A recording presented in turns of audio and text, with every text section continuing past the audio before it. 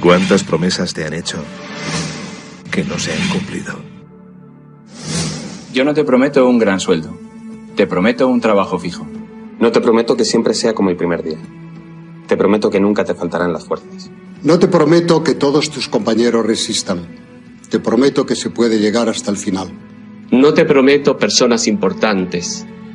Te prometo personas que no saben cuánto valen. No te prometo que vayan a hacer caso de lo que digas.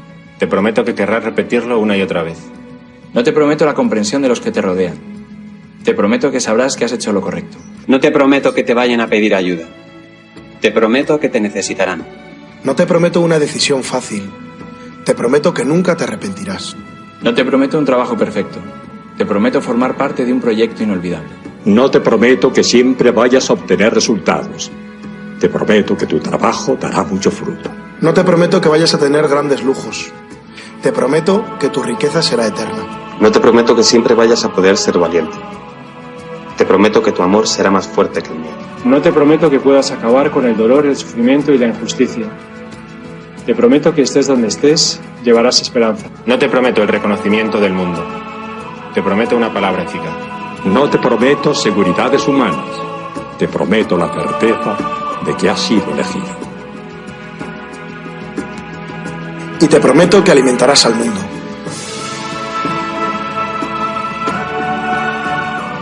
Unirás corazones. Acompañarás a los que sufren. Confirmarás a los que quieren ser fuertes. Experimentarás con ellos la verdadera alegría. Sumergirás a los hombres en la verdad. Y serás sacerdote, testigo de Jesucristo.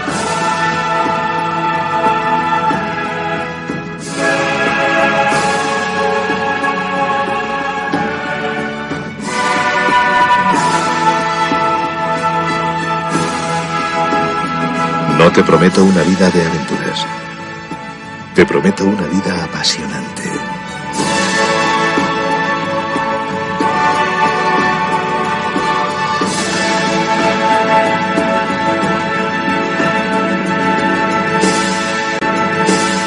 Bueno, nos estamos comunicando con el gobernador de la provincia de Buenos Aires, Axel Kicillof. Muchos temas para hablar. Sin lugar a duda, ha sido una de las mejores semanas políticamente hablando para Axel en la construcción política, ¿no? Porque el fin de semana 3.000 jóvenes, había que ver el entusiasmo, los distintos grupos, todo. Bueno, los plenarios que se están armando en la provincia de Buenos Aires, la visita al Chaco, hay muchos temas para hablar. Y esto, que lo venimos hablando desde ayer, que hoy es tapa del diario Clarín. Milei ratificó el ratificó el rumbo y rechazó medidas de alivio económico. Ya lo tengo en línea. Axel, buen día, ¿cómo estamos? Buen día, Gato, buen día a todos, ¿cómo andan? Bien, bien, muy bien. Con muchas ganas de hablar, Axel, con vos, como siempre, ¿no? Pero que lo vengo marcando, ¿no? Venís de una semana intensa. El domingo realmente me gustó mucho estos 3.000 jóvenes, ¿no? Ahí en San Martín, congregados, lanzando el movimiento Derecho al Futuro. Chaco, mucha gente. Bueno, la verdad que me acuerdo que en febrero de este año vos me dijiste es el año de la construcción política y parece que se consolida, ¿no? Sí, no, la verdad ha sido una semana intensa, además fue corta. Chaco, Uruguay, lo de juventud, después todo el tema de Mercado Libre. Lanzamos un consejo para la economía del conocimiento, pero empiezo por lo que comentabas. La verdad que un encuentro muy bueno porque se vino armando, se iba a hacer el día que terminamos organizando ahí en Avellaneda los funerales del Indio Solari. Ese día estaba marcado el encuentro y bueno, lo suspendimos por supuesto y terminó en ese homenaje, ¿no? Al indio multitudinario, pero de todo ese tiempo a esta parte estuvieron trabajando de todo el país, porque vinieron creo que de 20 provincias también. Uh-huh. Estuvieron trabajando en una agenda, se reunieron a la mañana temprano, a las 10 ya estaban ahí en el predio. Yo hablé recién a las 15:30 más o menos, y en el medio hubo reuniones por comisiones para hablar los temas. Ya me habían alcanzado un documento de lo que venían elaborando, de temas que tienen que ver con, bueno, con las angustias, con las inquietudes, Claro. con las necesidades y con los sueños, ¿no?, de miles de pibes y pibas que ven que les están queriendo cerrar la universidad pública y gratuita. Vos fijate, Gato, que en un momento internacional de tanta transformación, tanto cambio, el tema de la revolución de las inteligencias artificiales, de los robots, y acá en Argentina que deberíamos estar con todas las lo que se acumuló, ¿no?, de industria, de ciencia, tecnología, de universidad, de conocimiento. Bueno, tendríamos que estar pensando cómo nos ubicamos bien ante esta situación nueva que se está dando, también geopolítica, y eso le podría dar a los que vienen después una perspectiva positiva. Pero tenemos a Milei que está poniendo nuestros recursos naturales en venta o regalándolos, que está atacando la universidad y la ciencia. La verdad que es el peor momento, lo que decía recién, ratifican el rumbo y un buque en Malvinas, en Tierra del Fuego, petrolero de los ingleses. Ratificar el rumbo, es decir, que va a seguir rifando nuestra soberanía este tipo. Sí, esto es peligroso en todo sentido. Me parece que haces muy bien en hilvanar, ¿no? Que ayer, a través de este comunicado, la primera vez creo que el gobierno saca un comunicado de una reunión de gabinete para decir, está todo bien, no hay morosidad, ratificamos el rumbo y no hay medidas de alivio económico. Bueno, más que nunca ahora hay que empezar a mostrar que hay otro modelo, el que vos encarnás en la provincia de Buenos Aires, posible, digo, ¿no? Es demasiado ya. Sí, pero además, Gato, porque en algún momento hablábamos de crueldad, de insensibilidad, ¿no? Que es evidentemente un factor de esta ultraderecha, que se burla, que insulta y que a los que tienen algún problema producto de sus políticas, el caso de Milei, les echa la culpa, ¿viste? Con ese desparpajo de si fundiste tu comercio y cerraste tu empresa, es culpa tuya, que te ubicaste mal, que hiciste mal las cuentas o que te levantás tarde y no te esforzás. 30.000 comercios cerraron. Sí. No es problema de cada empresario que fundió, no es problema de cada uno de los 330.000 trabajadores que vienen perdiendo empleos formales. No es problema tampoco, te diría, de los millones y millones de endeudados que siempre, o por lo menos en el último tiempo, claramente tenían los mismos instrumentos.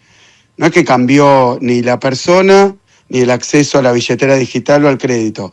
Lo que pasa es que no alcanza la guita y se gastaron los ahorros y para vivir con las cosas básicas, ¿viste? Alquileres, remedios, comida, todo por las nubes, todo desregulado gracias a Sturzenegger y compañía, y a la gente no le alcanza y utiliza los instrumentos de crédito. Y Milei ya, de nuevo, para la estupidez que dicen de que no tiene nada que ver con la política del gobierno, que son problemas entre privados, asuntos entre privados, el otro día también, como hay presión sobre el dólar, subió la tasa. ¿Y qué crees que va a pasar con la gente que está endeudada? Obviamente no va a poder pagar la deuda y vamos a tener problemas de morosidad en tanto y en cuanto la política económica sea salarios bajos y tasas altas. Es el resultado. Entonces yo creo que ante ese cinismo, evidentemente se necesita avanzar con la presentación, la preparación, la construcción de una alternativa y obviamente mostrar que hay otro camino, que no es verdad que esto es lo único que se puede hacer, que esto no está andando bien. Mirá, en Uruguay, que estuve con Yamandú, pero también había una reunión de congresales, ¿no?, de legisladores de varios países. Yo estuve con legisladores norteamericanos del Partido Demócrata.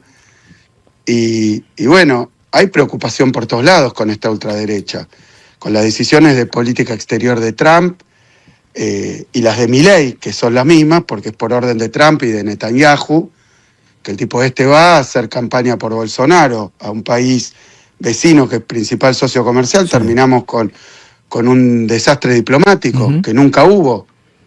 O sea que estamos gobernados por un sector económico, político, ideológico, mundial. en Argentina. No es que Milei sea solo Milei, No, además no, de todos los obvio. desastres de Milei, Cerimedo, el propio Cerimedo, que eso es el último escándalo, el anteúltimo escándalo, ¿no? Porque ya vendrá el que viene. Pero el anteúltimo escándalo lo muestra Cerimedo, que fue un tipo que nosotros lo conocimos como especie de genio de las computadoras, de los teléfonos, de las campañas digitales con Milei, y después se fue con Bolsonaro, después con Rodrigo Paz, estuvo recorriendo toda Latinoamérica.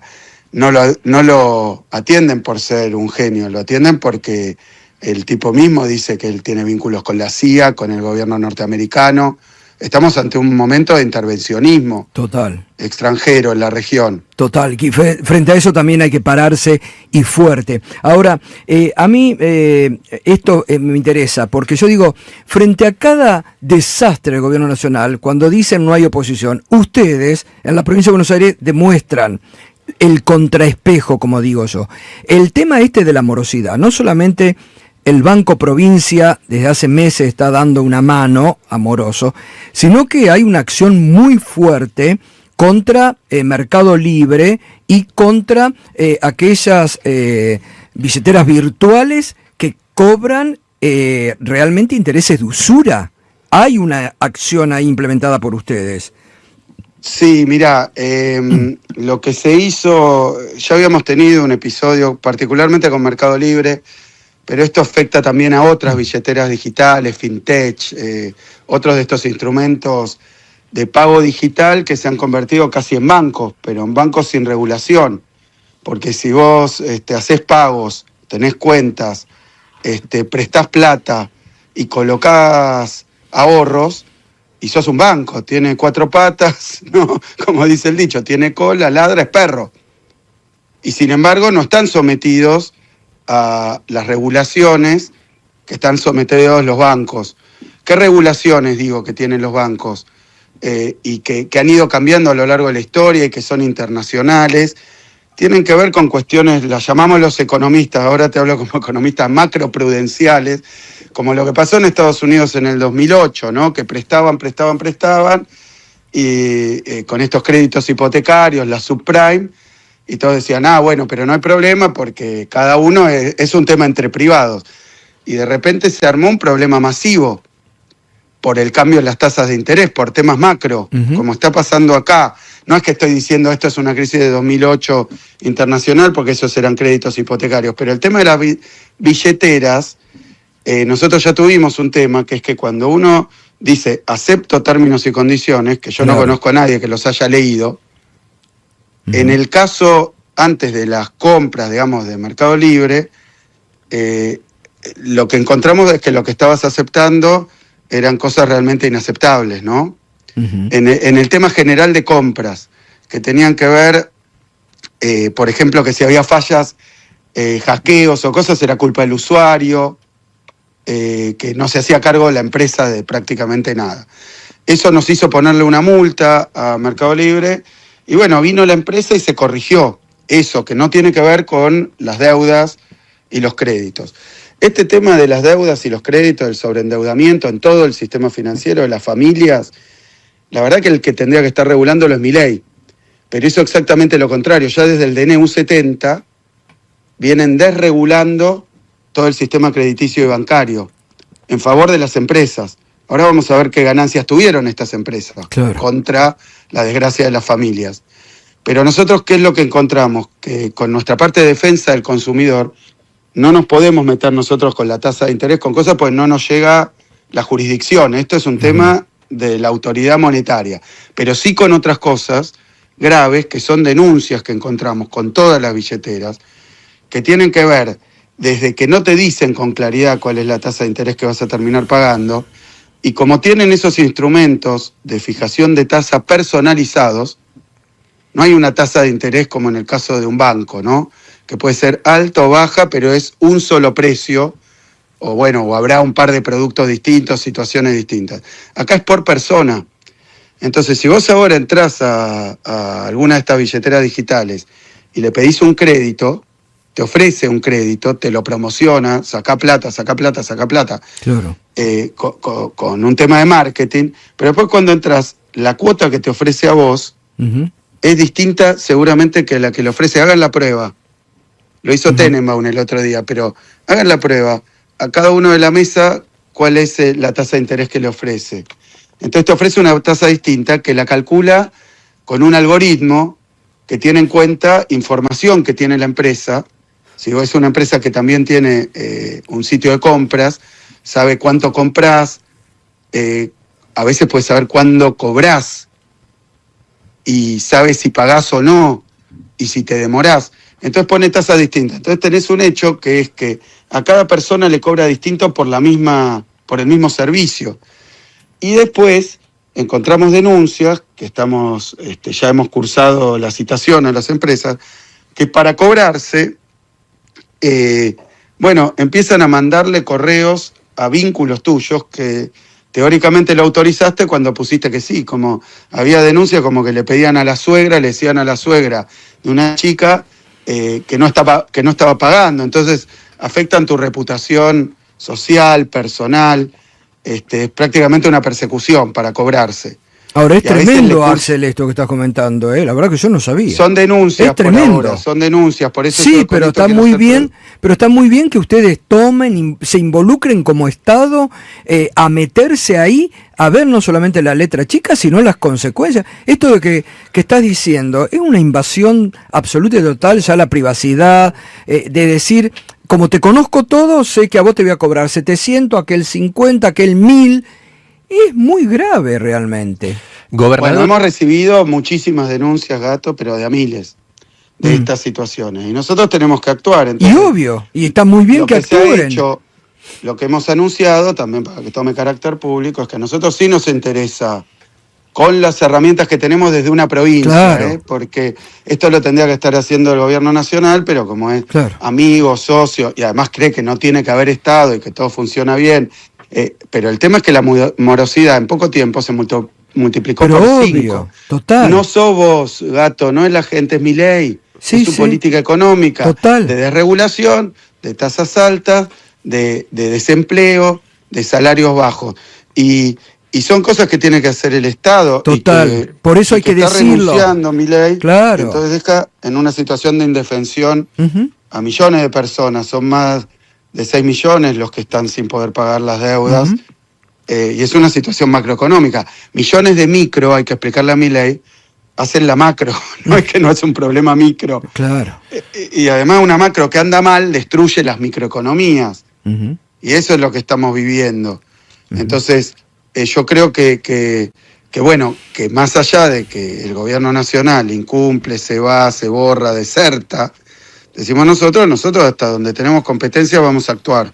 A propósito de eso, gobernador Juan Strasnoy le consulta, a propósito del hostigamiento que mencionaba recién como una de las cuestiones que están siguiendo de cerca a la hora de buscar cobrar esos créditos que otorgaron, en este caso mencionaba las billeteras, pero también hay, contábamos recién, 75.000 carteras de morosos que fueron compradas por estudios de cobranzas extrajudiciales a bancos y que salieron del balance de los bancos, que hay otros 170.000 que están en una situación donde todavía no fueron vendidos, pero pueden ser vendidos en cualquier momento y que sabemos que ejercen un hostigamiento muy, muy fuerte. ¿También tienen en carpeta este tipo de situaciones para trabajar?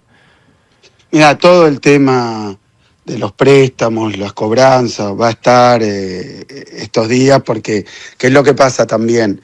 El Banco Provincia, por ejemplo, ofrece refinanciación de estas deudas en condiciones, obviamente, que le permiten a la gente dar una respuesta. Lo hemos hablado ayer, nosotros seguimos trabajando, la semana pasada fue muy intensa, pero ayer estuvimos entregando leasing a municipios, ahora en un ratito me voy a inaugurar 2 secundarias a Presidente Perón, un registro civil, mañana estoy con una base policial en Varela, reunimos a los intendentes por el tema del niño, donde también el gobierno nacional no da fondo, el jueves con un lanzamiento del Centro de Estudios en Exactas, pero ayer lo que decíamos con los intendentes es también brindar educación financiera, formación para la gente, porque en la desesperación, Milei decía, no te ponen una pistola en la cabeza, pero más o menos, además una metáfora de mal gusto, porque estamos viendo el problema gravísimo, lo digo con la gravedad que tiene,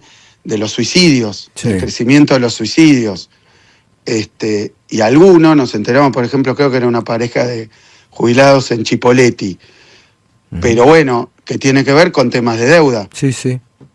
Entonces es una situación económica que genera angustia, desesperación, no da salida en muchos casos, y la verdad que sí, que muy mal gusto el Milei y horrible un gobierno nacional que produce, genera y es culpable de esta situación, y dice, como decías en el comunicado, voy a persistir. En cuanto a lo otro que me preguntabas, y todas las denuncias nosotros que recibimos en defensa del consumidor, y sí, evidentemente vamos a actuar, pero esto requiere una solución. Total, obvio. Ahora, una Axel, solución colectiva, general. obvio, a mí me parece que este es un punto central el que hay que empezar, que ustedes lo están demostrando, reitero, en la provincia. Porque viste que ahora empiezan las usinas de los medios adictos a este gobierno, al macrimileísmo, a buscar alternativas. Dicen, bueno, Milei y no nos garantiza, entonces empiezan los laboratorios, ¿no? Pero el tema no es nombre. Acá me parece que el tema es el modelo económico. Y lo que hay que cuestionar y cambiar es el modelo económico. Por supuesto, yo, mirá, hablaba de los legisladores norteamericanos, demócratas, ¿no?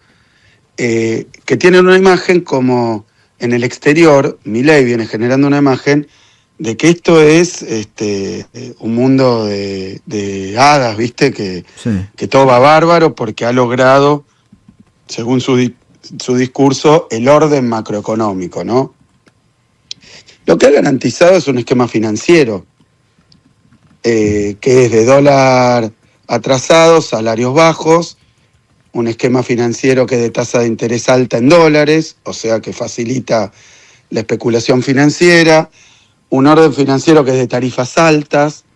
Financiero digo porque el correlato económico de ese ajuste brutal que ha generado es un país invivible, con cierre de ramas y sectores enteros.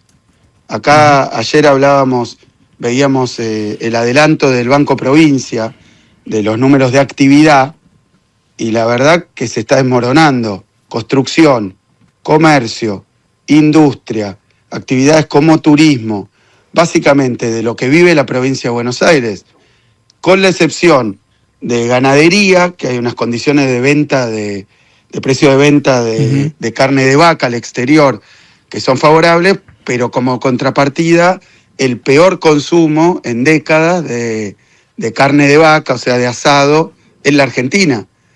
Entonces es un modelo, es un modelo desastroso. Hay que discutir el modelo, estoy totalmente de acuerdo con vos.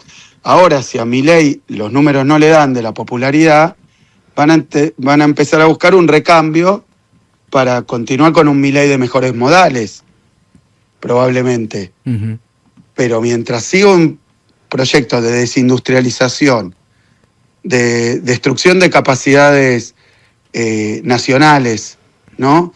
Como es, yo digo ciencia, tecnología, pero quieren saquear y vender nuestro sector nuclear, que es producto de inversiones que lleva adelante la sociedad argentina hace tiempo. Sí. Bueno, pero ahí ustedes, tiempo. ustedes contrarrestan, porque esto también es importante, no se comenta, o los grandes medios, como no les interesa, porque vos sos el único que en este momento estás apareciendo en la encuesta capaz de ganarle a Milei, pero la semana pasada ustedes crearon el Consejo Económico del Conocimiento Científico. 800 empresarios estuvieron reunidos ahí. Digo, esto también es mostrar que se puede hablar de ciencia y tecnología y de nuevos conocimientos desde la provincia de Buenos Aires, pero para el país también después, ¿no? Mira, por supuesto, porque además te lo traen los empresarios al tema. Empresarios del sector tecnológico. Lo hicimos con Sujarchuk, que es intendente, pero esto lo hace ad honorem y es un consejo, no es gasto del Estado. Pero es reunirse con el sector que incluye empresarios, centros de investigación, incluye universidades, incluye todo nuestro complejo científico-tecnológico, que es en la provincia de Buenos Aires, muy grande y muy espeso, digamos, muy complejo. Bueno, sentarse a discutir cómo se posiciona el país ante una revolución tecnológica que algunos la ven como una amenaza, con pesimismo, nos va a quitar todos los puestos de trabajo, ¿no? Bueno, ver qué oportunidades nos da. Argentina está muy bien posicionada, porque Argentina es un país que tiene una trayectoria, una historia de desarrollo científico-tecnológico, de universidad pública, de premios Nobel, de innovación. O sea, nosotros ante lo que se viene tenemos un montón de recursos para explotar en favor de la Argentina. Total. Y pensando no solo en las ganancias de unos pocos empresarios, sino en el laburo, en la fuente de trabajo, en mejorar nuestros procesos productivos. Bueno, y un entusiasmo bárbaro. Pero Milei, ¿qué dice? No tiene que haber Estado, y todos los Estados nacionales están pensando qué hacen ante los cambios. Totalmente. Bueno, esto es muy bueno. Axel, ¿me podés esperar 2 minutos, por favor? Porque te quiero preguntar dos temas más de importancia. Tengo las noticias. Estamos conversando con el gobernador de la provincia de Buenos Aires, Axel Kicillof, con definiciones importantes. Vayan teniéndolas en cuenta. Es lo que la sociedad tiene que empezar a comprender. Noticias y seguimos conversando con Axel. Estamos conversando en esta mañana con mucho interés con el gobernador de la provincia de Buenos Aires, Axel Kicillof. Momento de definiciones, momento de una semana de mucha actividad, también proyectada en el orden internacional. Es decir, Axel, que alguna, por ahí no sé si era alguna canción o algún jingle en algún momento de campaña que decía: otro país es posible, otro modelo es posible.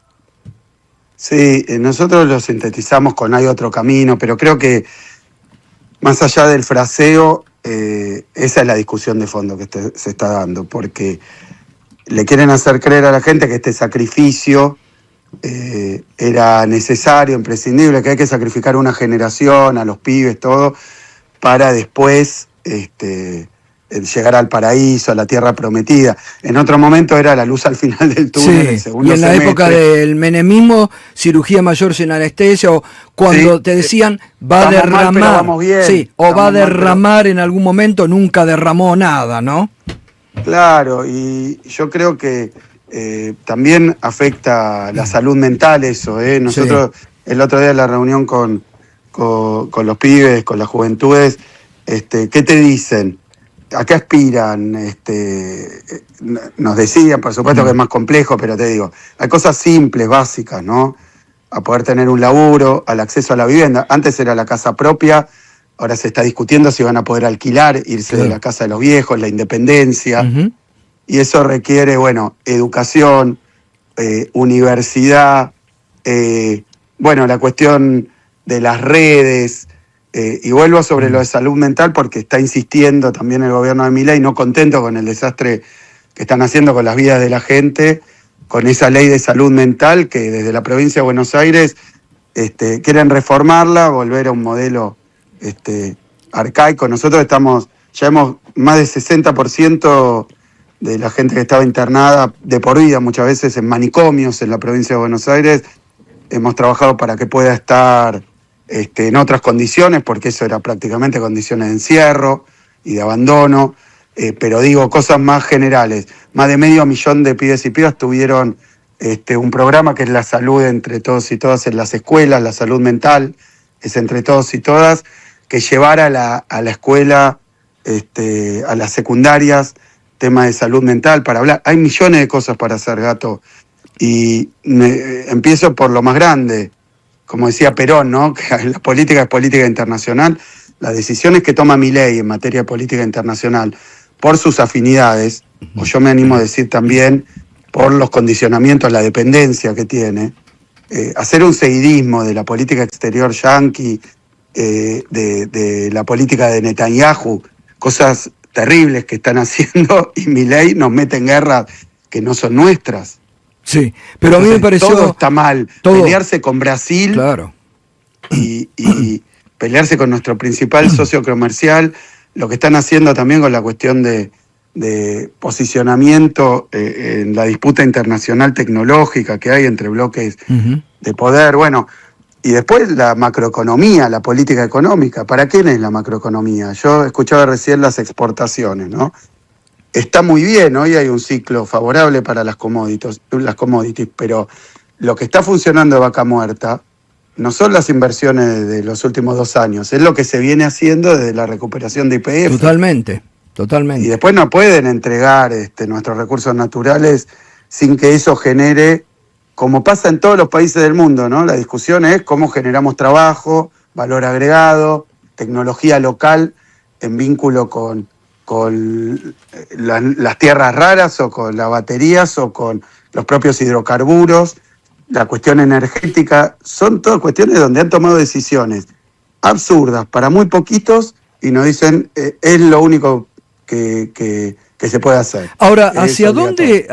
Si ya hoy, en este momento, hay desempleo que va creciendo, aunque el presidente niegue lo contrario, si hay recesión, no hay, salvo la extractiva o vaca muerta, no hay inversiones, lo acabas de decir vos, los números del Banco Provincia en la provincia de Buenos Aires, de las actividades a la baja todas, y que el presidente ratifica y dice no habrá ningún paliativo.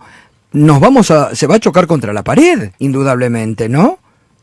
Mira, la situación es cada vez más grave. Si no estuvieran los intendentes, yo te digo la provincia de Buenos Aires, pero estuve también en Chaco, en Córdoba, en Tierra del Fuego, estuve en Corrientes, y vos lo que ves es que el gobierno nacional abandona, deserta de cosas básicas, y entonces es como que intentan transferir los problemas que ellos mismos generan. Entonces, hoy es obvio, el sistema público de salud empieza a estar muy tensionado porque la gente perdió la obra social, el que perdió el laburo.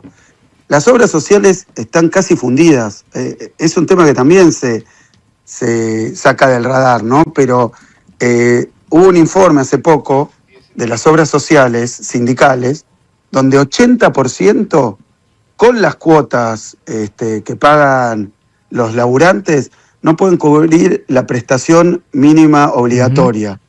No pueden cubrir, están fundidas técnicamente. Y están tratando de sostener las prestaciones, y después la gente no se puede comprar por privado. ¿A dónde va toda esa gente? ¿Al hospital público? Total. Y después dicen, qué mal que andan los hospitales públicos, son unos caraduras. Dijeron que venían a privatizar, pero están estatizando aunque ellos se corran. Total. Porque todo va al Estado, la educación también, todo el alimento, la gente en los municipios pide laburo, pide para el remedio, pide para el alquiler. Están generando una catástrofe. Sí, sí. Y es así. Después, ¿cuáles son las consecuencias políticas de todo esto o cómo funciona el proceso social? Y vemos que ha habido enormes y formidables manifestaciones por cuestiones como universidad, por cuestiones como laburo, lo veíamos en San Cayetano el otro día. Está pasando, pero es un gobierno que dice, no me importa nada, no voy a hacer nada, no voy a dar respuesta. Claro, totalmente. Axel, ¿estuviste reunido con la presidenta del Consejo de las Américas, que tuvieron la semana pasada la reunión acá? Mira, sí, y vengo haciendo reuniones también con empresarios que convocan, que piden ellos, llaman ellos, porque están con la misma pregunta. ¿Y en este caso Susan Segal pidió ella la reunión con vos? Sí, nos invita, sí, fuimos invitados. Y nosotros, yo siempre, vos sabés, Gato, yo hablo. Sí, me parece perfecto, pero sorprende porque venían de escuchar al presidente, anoche lo contaba Berco, que fue muy fría la recepción, casi nada de aplausos, y que después de ese encuentro se reunieron con vos, no solamente Susan Segal, sino varios empresarios. ¿Qué es lo que les interesa o cuál es la preocupación? No, sí, esto, ¿no? Creo que la pregunta sobre la alternativa es una pregunta que tiene muchos elementos, pero que atañe a todos los sectores. Además ve el empresariado, ve que en todos los países del mundo estamos en una fase, casi te diría proteccionista. Lo de Trump, lo de los países centrales, es prácticamente proteccionismo. Cuidar el trabajo local, cuidar las empresas locales. Cuidar la tecnología local, desarrollar y reubicar, ¿no? Relocalizar empresas que se fueron al extranjero. Esa es la política de Trump. Uno no coincide con muchísimas cosas, pero observa que obviamente hay una preocupación por la distribución internacional del trabajo, de qué van a trabajar los pueblos, cómo van a generar la riqueza, cómo se van a insertar en la situación tecnológica actual.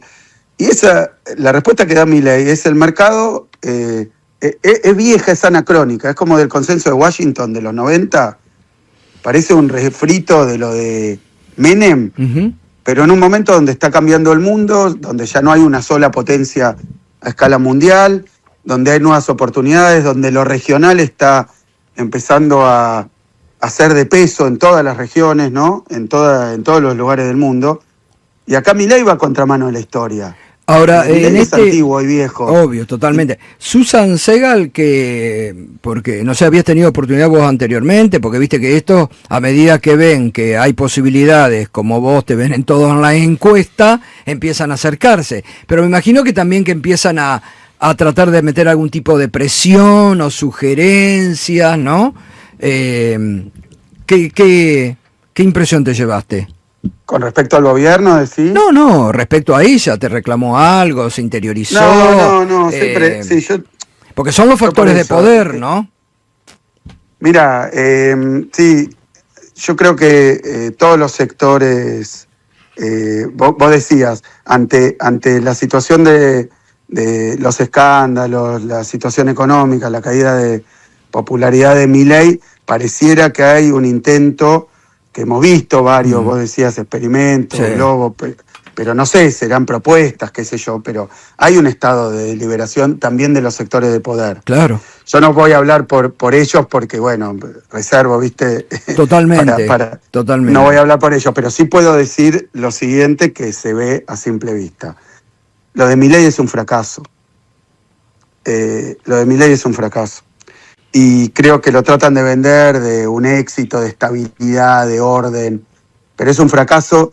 Y recapitulaba yo desde el comienzo que se veía que ni siquiera era narcocapitalismo, escuela austríaca, ni siquiera era eso. Lo que vinieron a hacer es un programa de ajuste bastante convencional, dirigido ni siquiera por Milei, los Marra, las Lemoine. Pusieron a Toto Caputo, que fue el ministro de Macri. Sí. Pusieron a Sturzenegger, que ya tiene 1000 episodios de esto. La pusieron a Bullrich, que fue de seguridad. Hoy 6 ministros de los 8 son de Macri. Total. Vienen de Macri. Entonces esta es la repetición, probablemente, si me permitís, Gato, el saldo que sacaron ellos del gobierno de Macri, que fue un desastre, es que el problema fue el gradualismo. ¿Te acordás? Sí, claro. Entonces que ahora había que hacer lo mismo, más o menos. Más rápido. Pero más rápido y más profundo. Shock. Exacto. Shock. Y lo que dicen es, bueno, la sociedad al final le gusta, se lo está bancando. Yo he leído algún informe del Fondo Monetario Internacional que decía, lo raro es que la sociedad esté como pasiva ante esto, o digamos, apoyando. Bueno, yo creo que hay sectores que votaron a Milei, o sectores que creyeron que lo de Milei iba a ser nuevo, novedoso, además que venía contra la casta. Bueno, vemos Cerimedo, Adorni, bueno, que los propios, digamos, aliados en los negocios, está todo el tema de las privatizaciones, está todo el tema de los RIGI para discutir, pero bueno, vemos que esta política económica, incluso los sectores de poder, está viendo que favorecen 2 o 3 ramas, como pasa a veces en algunos países de la región, donde hay 2 o 3 sectores que le va muy bien, vinculados a la minería o a lo primario, pero bueno, a la sociedad en su conjunto la deja fuera. Totalmente. Gobernador, entonces, sí. Así como tuvieron este encuentro, este contacto, esta invitación del Council de las Américas y estos empresarios que se reunieron con ustedes, ¿han tenido contactos o van a tener con gente de Wall Street, fondos, inversores, etcétera? Sabemos, en los últimos días hubo mucho ruido respecto de el deterioro de la imagen del gobierno, y eso impactó, por ejemplo, en el riesgo país y demás, y están muy interesados de lo que pueda pasar en el año que viene. ¿Han tenido contacto? ¿Planean tenerlo? ¿Les parece importante? Mira, los tenemos de manera permanente, pero por una cuestión de gestión también, porque, como ustedes saben, cuando asumimos ya hace 7 años, Vidal había hecho un proceso de sobreendeudamiento de la provincia de Buenos Aires, como hicieron durante el gobierno de Macri con varias provincias. ¿Se acuerdan que en un momento les ofrecían acceder a crédito internacional al final del gobierno de Macri, creo que desde el 18, y provincias como la de Buenos Aires se endeudaron fuertísimo, y nosotros cuando iniciamos teníamos todos los vencimientos el primer año. Claro, claro. Entonces, nosotros hicimos una reestructuración porque era impagable lo que dejó Vidal, y muchas veces de estos ciclos de la derecha se sale con esas situaciones, deuda impagable, sobreendeudamiento, y entonces hubo reuniones con los fondos que hoy tienen título de la provincia, porque tomaron deuda en aquel momento. Hicimos un proceso de reestructuración de deuda voluntario que alcanzó la enorme mayoría, más de 90%, reestructuró. Después tuvimos también fondos buitres acá en la provincia, que después se pudo solucionar en acuerdos voluntarios, ofreciéndole lo mismo que a los otros, ¿no? Como pasó con los buitres nacionales, tuvimos un episodio parecido, pero que tuvo una solución. Intentaron judicialmente y al final también tomaron las mismas condiciones que el resto. Entonces sí, nuestra parte de finanzas está en contacto permanente. Lo que puedo decir es que más allá de las encuestas, hay un factor clave importante, que es que nosotros podamos generar con todo el campo popular y con todos los sectores que no están de acuerdo con estas políticas, y menos ahora, una perspectiva distinta. Total.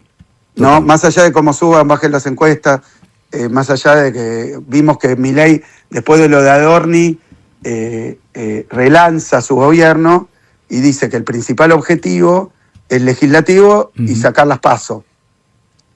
¿Para qué? Porque hacen los cálculos, contratan a sus especialistas, hacen sus encuestas y dicen la forma que tiene Milei de reelegir es sacar las PASO. O sea que hoy tenemos un gobierno que su único objetivo es la reelección de Milei. Exacto. Sí, ayer lo ratifican además en este comunicado. Por eso me parece... lo dicen públicamente. Claro, totalmente. Y que recorren las provincias. Yo saqué un artículo hace poco que se publicó en Córdoba, del Interior, sí.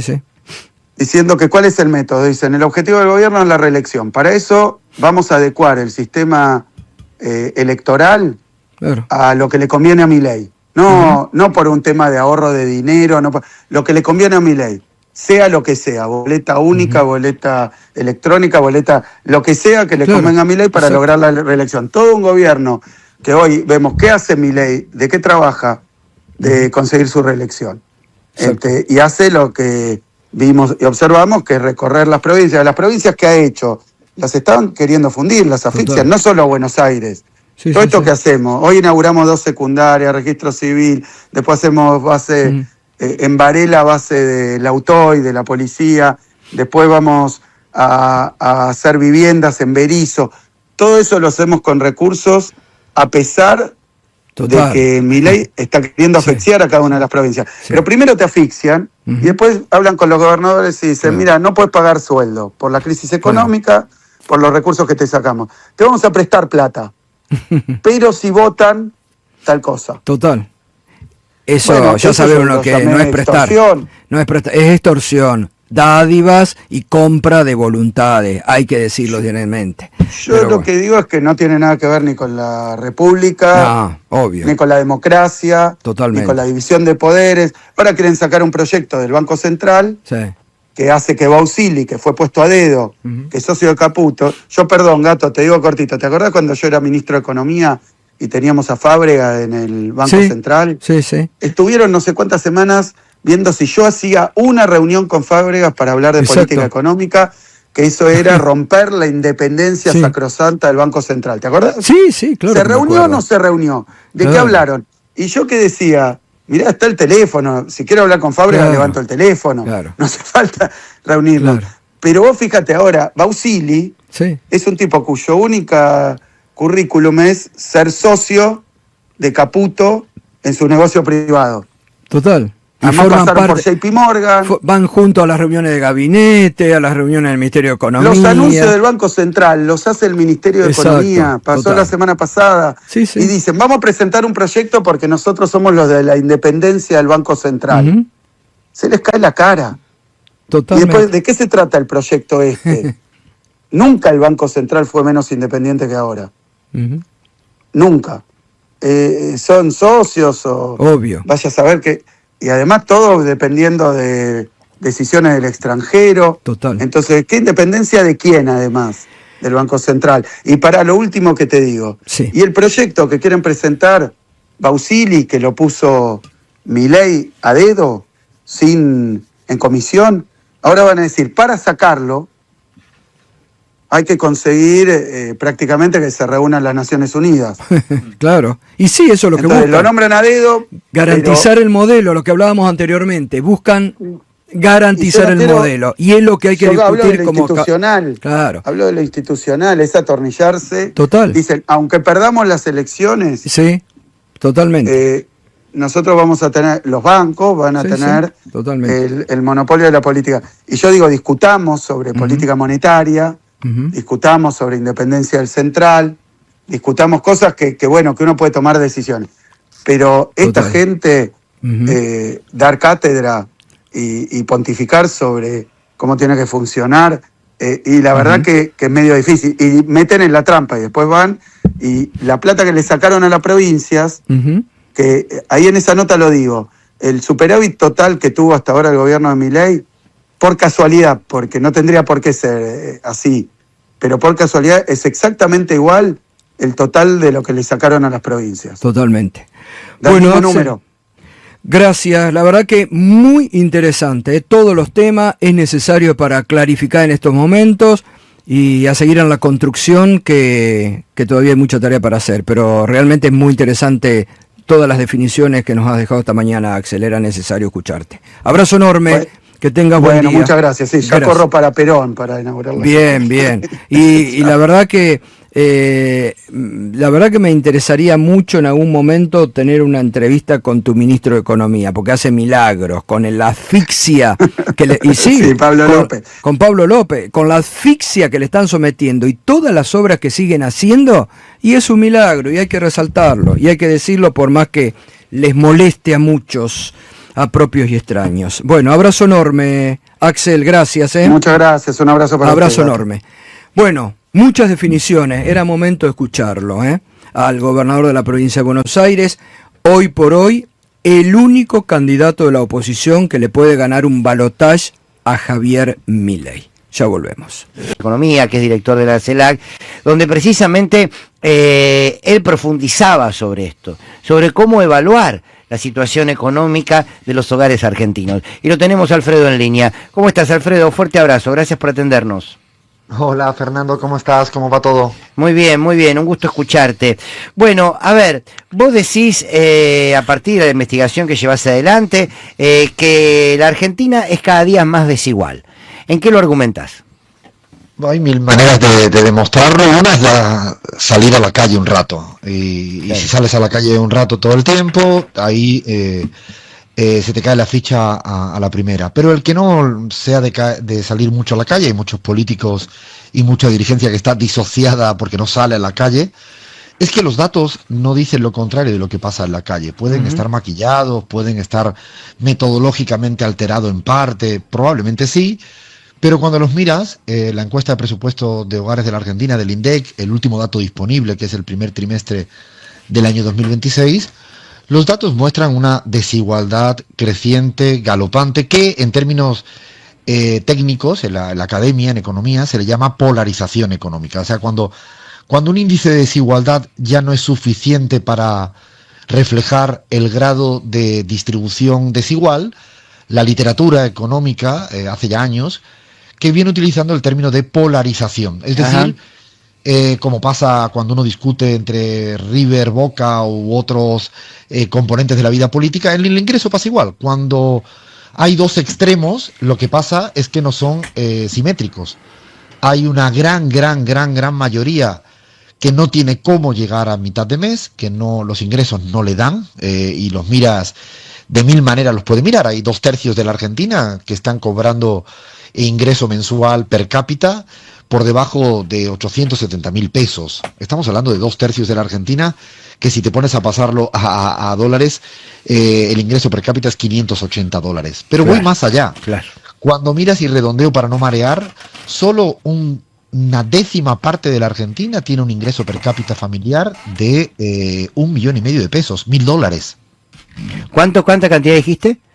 13,6% si lo quieres así, el dato. Sí, pero sí, estos sí. son los datos sin hacer un cálculo, es decir, creyéndome todos los datos del INDEC. Cuando digo creyéndome, y el señor Milei, y buena parte de los voceros de Milei, y buena parte de los que critican al gobierno de Milei, ocultan un dato que es lo que juega Javier Milei para hablar de la reducción de la pobreza y para hablar de tantas pavadas como dice, y es que ellos alteraron la forma de calcular el ingreso de la informalidad, porque alteraron el cuestionario y se da un salto cuantitativo abrupto del ingreso procedente de la informalidad de un 80%, que viene derivado exclusivamente de un cambio en la forma de preguntar. Cuando uno se altera cómo preguntan las cosas en economía, claro. Pasa, y de hecho pasa en el mundo, pasa en la Argentina, que alteran los datos. Bueno, con toda esta alteración de datos que ha hecho Javier Milei a lo largo de estos últimos casi 1000 días de gobierno que lleva, a pesar de eso, si tú miras los datos, es que hay solo un 13,6% de los hogares en la Argentina que está viviendo con un ingreso mensual por encima de 1,5 millones de ingresos per cápita. O sea que una familia, una pareja tendría 3 millones de pesos mensual, aproximadamente unos $2.000 mensual. Solo hay 13,6% de hogares en la Argentina. Por lo tanto, cuando uno mira las cifras, que es lo mismo que refleja la calle cotidiana, el barrio, el supermercado, pues efectivamente la población deja de consumir lo básico, se endeuda hasta arriba, que es lo que viene pasando, y malvive durante tiempo, y por eso hablar hoy en día de clase media en la Argentina es ciencia ficción. Es un tema estrictamente aspiracional, legítimo. Ya no hay clase media. No existe, de hecho no existe. No hay. ¿Qué es lo que tiene? Además, Clases bajas y clases medias altas. Tiene una clase media alta, con una clase alta muy pírrica, que realmente no sale ni en las cifras de ingreso, porque ellos viven de la riqueza heredada. De hecho, esto está muy estudiado. Hay una cosa que en Estados Unidos se llama la aristocracia. Está calculado en los últimos libros de Thomas Piketty, que es el que mejor ha trabajado la desigualdad a nivel mundial, y también hay datos para Argentina, que son la gente que hereda. Es mentira lo de que la gente tiene igualdad de oportunidad. Esto en el mundo pasa. En Argentina, los que tienen mucha plata, el porcentaje más alto son heredadas, son riquezas heredadas y generan una mínima renta. Pero la sociedad hoy en día está concentrada en una sociedad baja mayoritaria, una población que está por encima ligeramente de ese umbral de la pobreza, que a veces nos confundimos y le mal llamamos clase media, pero eso no es cierto, porque solo con que haya 1.000 pesos por encima del umbral de pobreza, esa familia no es claro. pobre. Bueno, el otro día leía un informe que hizo la UCA, donde hablaba de la infancia. Decía que el 37,5% de los niños y niñas en la Argentina no pueden acceder a calzado y a ropa, y advertía que si no existiese la asignación universal por hijo y la tarjeta alimentar, la pobreza infantil sería muchísimo mayor. Lo leí el informe, y el informe lo que hace es, cuando te fijas el objetivo de los chicos jóvenes, las chicas jóvenes menores, los datos son alarmantes. Hoy en la Argentina, 3/4 partes de la Argentina es pobre o casi pobre. Luego tiene un sector raquítico, clase media, que lo está pasando muy mal, y luego tienes una clase alta, media alta, que es la única que puede, incluso modificando, porque esta clase media alta sigue modificando sus patrones de consumo, porque no puede tener los hábitos que tenía antes, y solo hay una clase, repito, ahí sí que estamos hablando del 0,0001% de la ciudadanía argentina, que son los que a veces hacen mucho más eco en el mundo y en la Argentina. Y yo creo que tenemos un problema en la Argentina cuando a veces uno cae en el error de diagnóstico de creer que los problemas de la cotidianidad de la gente es cómo viajo a Brasil, cómo viajo a España, o cómo pago mi prepaga. Yo no estoy diciendo con esto de ninguna de las maneras que la gente tenga, ojalá, derecho todos los años para hacer un viaje, y ojalá tenga una salud realmente de garantías. Ahora bien, el problema de la ciudadanía argentina ni tiene que ver mayoritariamente con las prepagas, ni tiene que ver con comprar ropa barata en Brasil para venderla no sé dónde. O sea, cuando uno mira las cifras de quién viaja y quién puede gozar de la prepaga, estamos hablando de una muy minoría en la Argentina, y cuando uno falla el diagnóstico es probable que falle en las propuestas, ¿no? Claro. Alfredo, ¿cómo te va? Marcos Cittadini te saluda, ¿cómo andás? ¿Qué tal, Marcos? Bien, se habla mucho acerca de los jóvenes, se habla del desempleo de los jóvenes, que duplica al desempleo general, lo triplica si son mujeres jóvenes, se habla de la morosidad de los jóvenes, y también se habla de que están abandonando de a poco, no sé si de a poco o bruscamente, su apoyo al gobierno de Milei. ¿Qué se puede decir de esto en caso de que sea una tendencia, no? De hecho, cuando uno mira las cifras de empleo, hace aguas por muchas vías. Una es la tasa de desempleo, pero otra es precisamente cómo empieza a haber mayor número de horas buscando la gente desesperadamente para vivir peor. O sea, la gente trabaja mucho más por fuera del sistema formal para vivir peor. O sea, para poder sostener el vivir peor, y esto es un fenómeno que se viene dando. Incluso se viene dando un fenómeno de que la gente deja de buscar empleo cuando el empleo empieza a caer estructuralmente, porque no hay, porque eso es otro asunto. Y aparte hay una contabilidad falsa de que una persona que ha trabajado en la última semana encuestada 1 hora se considera una persona empleada. Esto lo dice la OIT. ¿Cómo repetí que es importante esto? Sí, a veces es verdad que es tedioso a veces mirar las metodologías de todo lo que uno consume como resultado final, pero efectivamente la OIT hace ya un tiempito que cambió, que cualquier persona que tiene 1 hora de trabajo empleada en la última semana encuestada, esa persona se considera trabajadora, no se considera desempleada. Qué bárbaro. O sea, por eso cuando uno mira las cifras de desempleo, que ya son preocupantes por el crecimiento en el periodo de Milei, lo peor es todo lo que hay alrededor de esa cifra, y a partir de ahí efectivamente se viene dando un fenómeno de cuestionamiento importante a Javier Milei. De hecho, yo reviso absolutamente todas las encuestas habidas y por haber en la Argentina, y la tendencia es absolutamente clara. Hoy en día estamos en 1/3 de la población, 1/3 puede ser un 30%, un 35%, un 33%, que se banca a Javier Milei, que además yo diría que no hay que preocuparse y ocuparse mucho, porque se van a bancar a quien sea del bloque ultraderechista en la Argentina. Sea Milei, sea Macri, sea... Pero esa es buena imagen, ¿no? Es intención de voto. No, eso es imagen que se traduce en gran medida en intención de voto. ¿Dónde está el problema, Fernando y Marco? Es que si esta intención de voto fiel, que en el fondo vota la mayoría de la gente, ya ni siquiera porque comulgue con lo que dice Milei, sino porque es el que puede frenar al otro, a la alternativa, en el fondo hay una parte de bueno, ese 30-35%, y eso es un cálculo que se puede hacer muy sencillamente. Si cae la participación a un 70%, cosa que no estoy diciendo ninguna barbaridad cuando uno mira la evolución de las presidenciales y de la evolución de las legislativas, y podría ser un escenario porque la gente diga, pues no quiero ir a votar, que sería el peor escenario para una democracia. Bueno, si la participación cae a un 70%, ese 30-35% que siempre va a votar a Milei sobre voto válido cada vez es mayor. Lo digo de una manera más simple.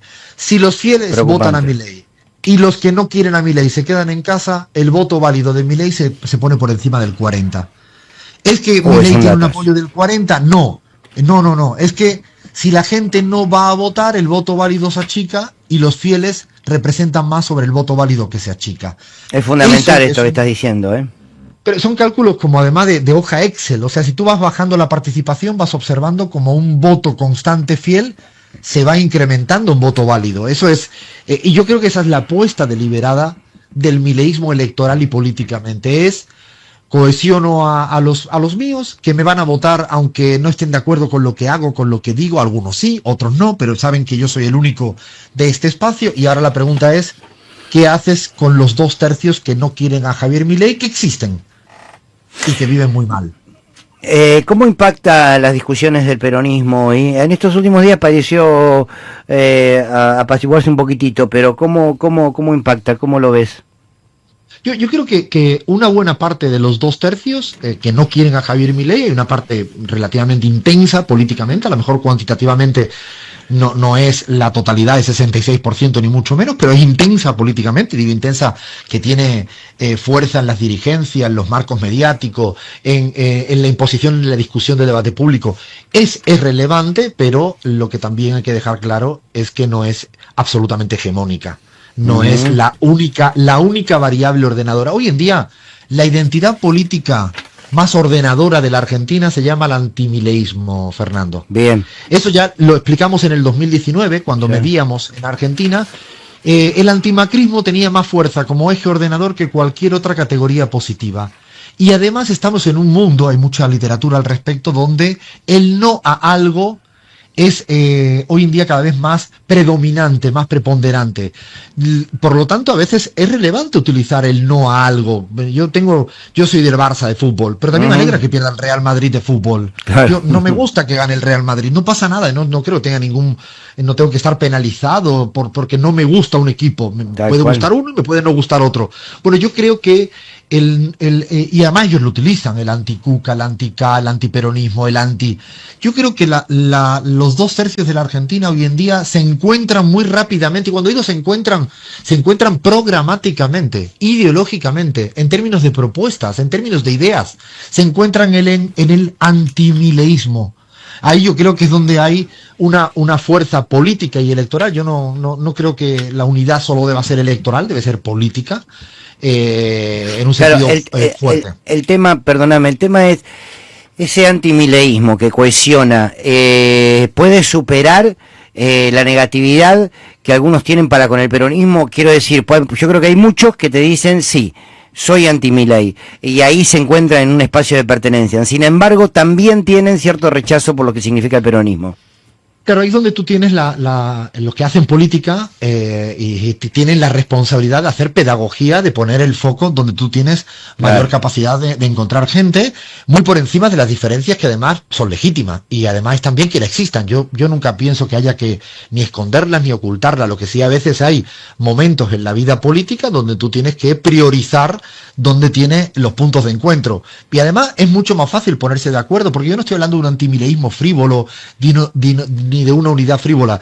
Yo estoy planteando que si tú lo que quieres es trabajar por los jubilados, evitar que se siga vendiendo la patria argentina, lograr que la salud pública realmente sea uno de los pilares de la Argentina para los próximos 5 años, y tú planteas 5 grandes ideas, que la vivienda no sea un tema olvidado de la Argentina, cosa que nunca termino de entender por qué no hablamos de los problemas de vivienda de la gente común y corriente. Bueno, si tú planteas 5 o 6 temas centrales, a lo mejor no le tienes que poner la etiqueta si es peronismo, radicalismo, si es izquierda. Lo interesante es que los 5 o 6 ideas, que además no hay que inventar la pólvora ni nada extraño, eso es antimileísmo en términos ideológicos. Clarísimo. Y yo creo que ahí es donde está el punto de confluencia, de una manera mucho más genuina que, pues el baile de nombres que habitualmente a mí me cansan bastante. Sí, claro que sí. Qué placer siempre escucharte, Alfredo. Gracias por la claridad y por este rato.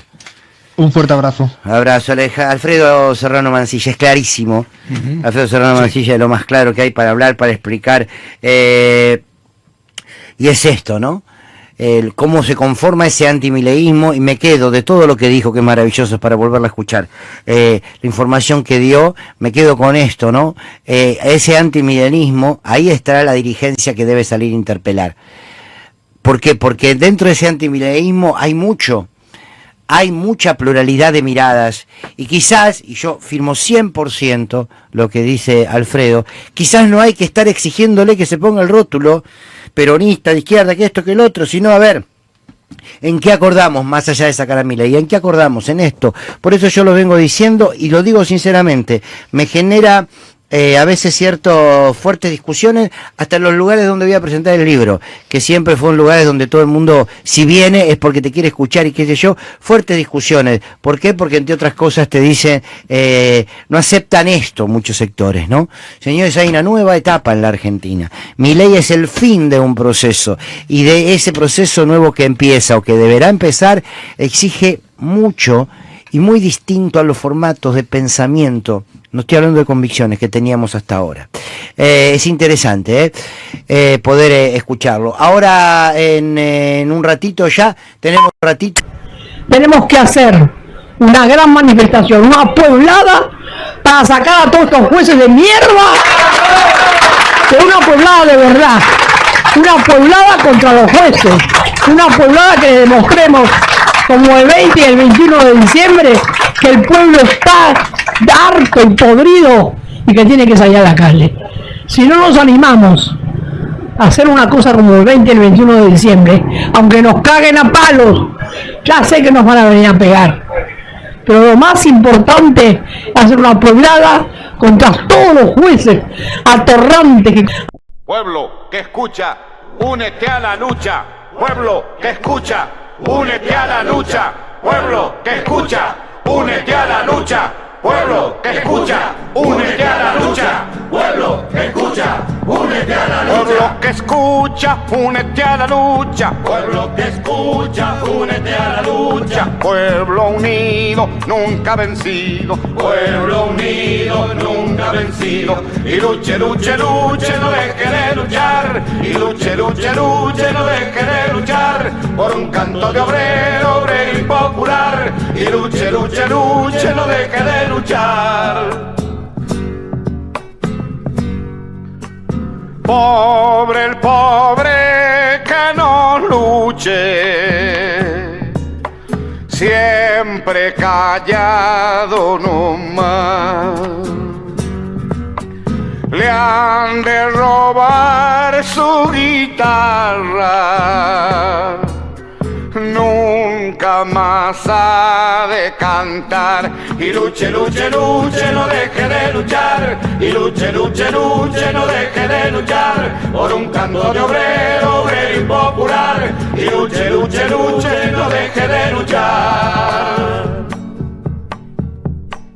Pueblo que escucha, únete. ¿Qué cosas tiene mi pueblo que no las puedo callar?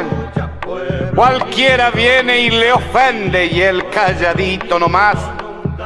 Pero guarda al que trampea, pero guarda al que le miente, porque mi pueblo no es tonto, porque mi pueblo es valiente, porque mi pueblo algún día cuando la sangre reviente habrá de salir cantando con un fusil en la frente. Y entonces no habrá más niños durmiendo bajo los puentes, ni obreros, ni campesinos, siempre apretando los dientes, porque mi pueblo es de machos y nadie me lo desmiente. Y luche, luche, luche, no deje de luchar. Y luche, luche, luche, no deje de luchar. Por un canto de obrero, obrero y popular. Y luche, luche, luche, no deje de luchar.